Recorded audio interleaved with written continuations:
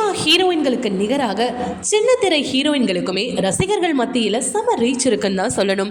தற்பொழுது தமிழ்நாட்டில் ட்ரெண்டிங்கில் உள்ள சீரியல்களில் சிறகடிக்கும் ஆசை சீரியலும் ஒன்று.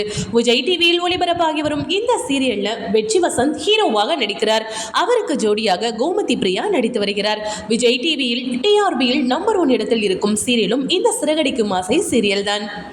சிறகடிக்கும் ஆசை சீரியலுக்கு முன்னதாக தெலுங்கு சீரியல்களில் நடித்து வந்துள்ளார் கோமதி பிரியா. அதில் அவரது நடிப்பை பார்த்து வியந்துதான் சிறகடிக்கும் ஆசை சீரியல் வாய்ப்பு கிடைத்துள்ளது. சீரியலில் மிகவும் அடக்க ஒடுக்கமாக ஹோம்லி பெண்ணாக நடித்து வரும் கோமதி பிரியாவுக்கு சினிமாவிலும் நடிக்க சான்ஸ் வந்ததாம்.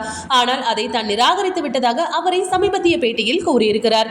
அது என்ன படம் என்பதையும் கோமதி பிரியா கூறியிருக்கிறார். சிறகடிக்கும் ஆசை சீரியலுக்கு முன்னதாக தெலுங்கு சீரியலில் இவர் நடித்து வந்தாராம். அந்த நிலையில்தான் அவர் ரிஜெக்ட் செய்த படங்களில் இயக்குனர் வெற்றிமாறனின் அசுரன் திரைப்படமும் ஒன்றாகும். அந்த படத்துல தனுஷின் இளம் வயது கேரக்டருக்கு ஜோடியாக நடிக்க கோமதி பிரியாவை தான் ஆடிஷன் செய்து செலக்ட் பண்ணியிருந்தாராம் வெற்றிமாறன். பின்னர் திருநெல்வேலியில் படப்பிடிப்பு இருக்கும் என்று சொல்லியிருக்கிறார்கள். ஆனால் அந்த சமயத்தில் தெலுங்கு சீரியலில் பிஸியாக நடித்து வந்ததால் அசுரன் பட வாய்ப்பை ரிஜெக்ட் பண்ணிவிட்டாராம் கோமதி பிரியா. கோமதி பிரியா நடிக்க மறுத்த பின்னரே அந்த வாய்ப்பை நடிகை அம்மு அபிராமிக்கு சென்றதாம். அவருக்கு அந்த கேரக்டர் மிகப்பெரிய திருப்பு முனையாக அமைந்தது. இப்படி ஒரு சூப்பரான வாய்ப்பை மிஸ் பண்ணியதற்காக தான் வருந்தவில்லை என்றும் அதை ஏற்றிருந்தால் என்னுடைய பாதை சினிமா பக்கம் சென்றிருக்கும்.